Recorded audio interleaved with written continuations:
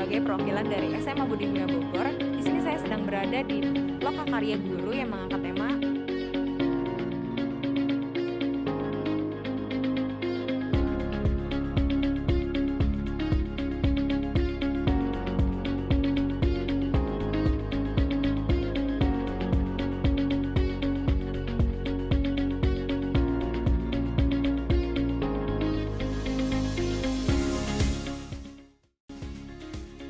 semuanya. Di sini saya sebagai perwakilan dari SMA Budi Mulia Bogor. Di sini saya sedang berada di Lokakarya Guru yang mengangkat tema menyongsong pembelajaran new normal yang dipimpin oleh Pak Ujang Lukman.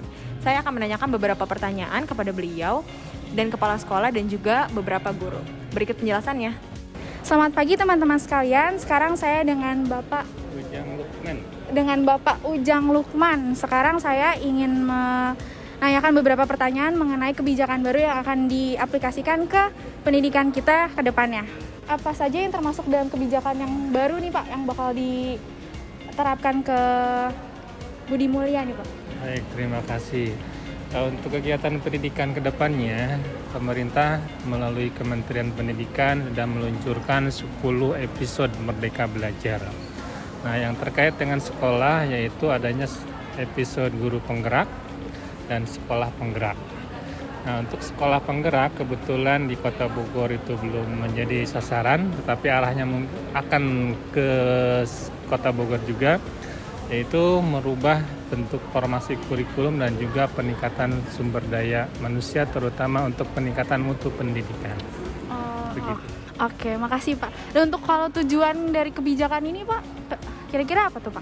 Nah, tujuan dari sekolah penggerak ini fungsinya adalah untuk meningkatkan mutu pendidikan secara holistik, secara kesemuanya, baik dari mutu gurunya, mutu kepala sekolahnya, mutu lulusannya. Itu tujuan utamanya untuk mencapai ke arah yaitu profil pelajar Pancasila.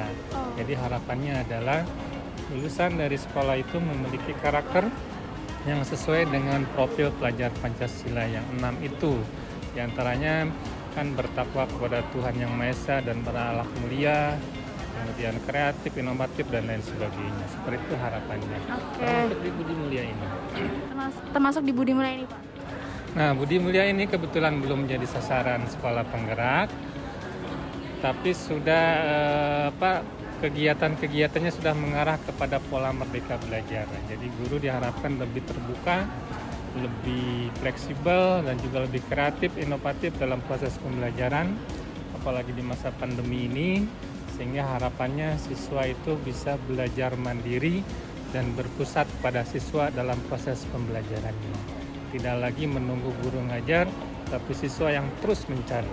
Jadi siswa lebih aktif ya Pak? Lebih aktif. Jadi harapannya begini, proses pembelajaran menggunakan 2 moda, PJJ dan PTM istilahnya, tatap muka dan jarak jauh. Bisa menggunakan internet melalui Zoom atau apa. Nah, kemudian produknya berupa project, bisa berupa podcast seperti ini, bisa berupa juga YouTube, link-link YouTube, bisa berupa produk nyata, misalkan membuat pot bunga, membuat project lainnya dan lain sebagainya. Seperti itu harapan. Berarti ini kebijakan ini cukup efektif ya Pak untuk kedepannya? Ya, harapannya begitu. Apalagi di masa pandemi dan era globalisasi dan internet seperti ini harus seperti itu. Oke, kalau gitu makasih untuk Pak Ujang Lukman. Makasih ya Pak untuk waktunya.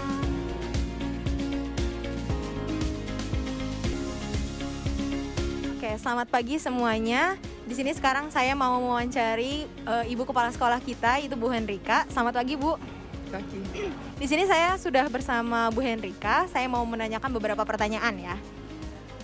Bu, sebelumnya saya mau nanya nih, apa sih yang akan diperbaharui dalam sekolah ini setelah pemberlakuan kebijakan baru ini, Bu? Yang akan diperbarui ya pastinya kita menyesuaikan dengan keputusan pemerintah untuk mengadakan perbaikan-perbaikan, peningkatan-peningkatan untuk kemajuan belajar siswa maupun pendidikan di Indonesia ini. Dan pastinya yang kemarin itu kan kita masih belajar yang sebelumnya ada tatap muka dan seterusnya kita ikuti. Kemudian yang sekarang modelnya untuk melalui online kita juga sudah ikuti. Pasti anak-anak juga tahu ya, sekolah kita ini meskipun secara online kita tetap sepenuhnya pembelajaran itu kita penuhi. Jatah anak-anak untuk mempelajari materi-materi yang harus dikuasai di kurikulum itu tidak kami kurangi. Dan memang capek akhirnya ya anak-anak itu. Tapi tidak apa-apa, itu untuk kedepannya pastinya lebih baik lagi dan kita ikuti kebijakan-kebijakan baru ini. Kalau ini lebih banyak lebih ke sekolah dan guru-gurunya yang akan menjadikan sekolah pembelajar yang lebih baik lagi. Oke, pastinya berarti sesuai dengan pemerintah ya, Bu? Pastinya. Nah, sesuai dengan yang diharapkan, kemajuan-kemajuan yang dilakukan oleh pemerintah. Oke. Kalau yang kedua, Bu, bagaimana sih sekolah menyikapi perubahan antara kebijakan yang lama dengan kebijakan yang baru? Menyikapinya ya pasti dengan cara kita membuka wawasan baru, membuka diri untuk menerima pembaruan-pembaruan, dan kemudian kita menggali atau belajar untuk bisa menyesuaikan diri dengan semuanya. Pastinya kita akan perbarui juga mengenai paradigmanya dan juga guru-gurunya untuk dilatih kembali, karena kepala sekolahnya juga nantinya pasti akan dilatih, gurunya pasti harus ada pelatihan, dan kemudian kita akan melakukan perubahan sesuai yang diharapkan oleh pemerintah, karena pastinya perubahan pendidikan di Indonesia itu harus semakin maju dan semakin maju. Kalau kita akan tetap berkutat seperti yang kemarin-kemarin, pastinya kita ketinggalan dari sekolah-sekolah yang lainnya.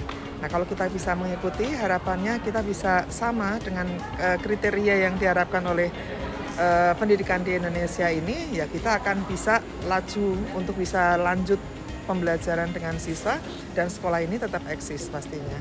Oke, berarti ada perubahan ya, Bu, dari cara mengajar sama dari muridnya juga, Bu? Ya, pastinya, karena sampai ke kurikulumnya juga nanti kan pasti akan ada perubahan-perubahan juga. Seperti apa arahannya, nah itu nanti kita menyesuaikan. Mungkin kalau disampaikan kurikulum yang sebelumnya itu terlalu luas, terlalu banyak, nah kedepannya seperti apa gitu.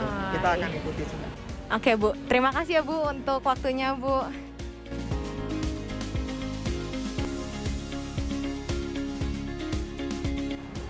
Lalu di sini kita punya guru kesayangan yaitu Bu Nova. Selamat pagi, Bu. Pagi. Sehat, Bu? Sehat, terima kasih. Langsung aja nih, Bu, ke pertanyaannya. Tanggapan Ibu tentang kebijakan yang akan diterapkan di kedepannya itu menurut Ibu gimana, Bu? Oh, yang dari pemerintah ya? Iya. Kalau menurut saya sih sangat baik ya, karena di sana kan akan menerapkan bagaimana menjadi pendidikan itu menjadi merdeka belajar.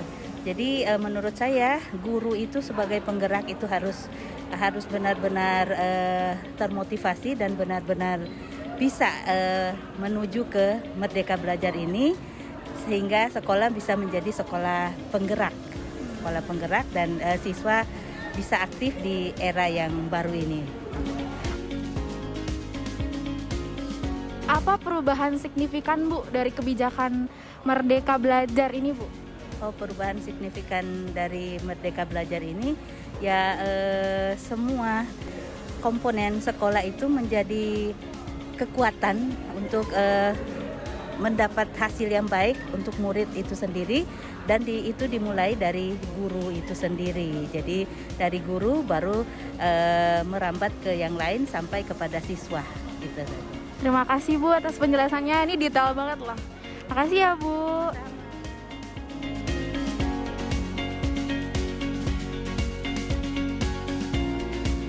Itu tadi adalah penjelasan dari Bapak Ujang Lukman sebagai Bapak Pengawas, lalu ada Bu Henrika sebagai Kepala Sekolah Budi Mulya, dan Ibu Nova sebagai salah satu guru di Budi Mulya. Semoga apa yang telah direncanakan dapat direalisasikan dengan baik.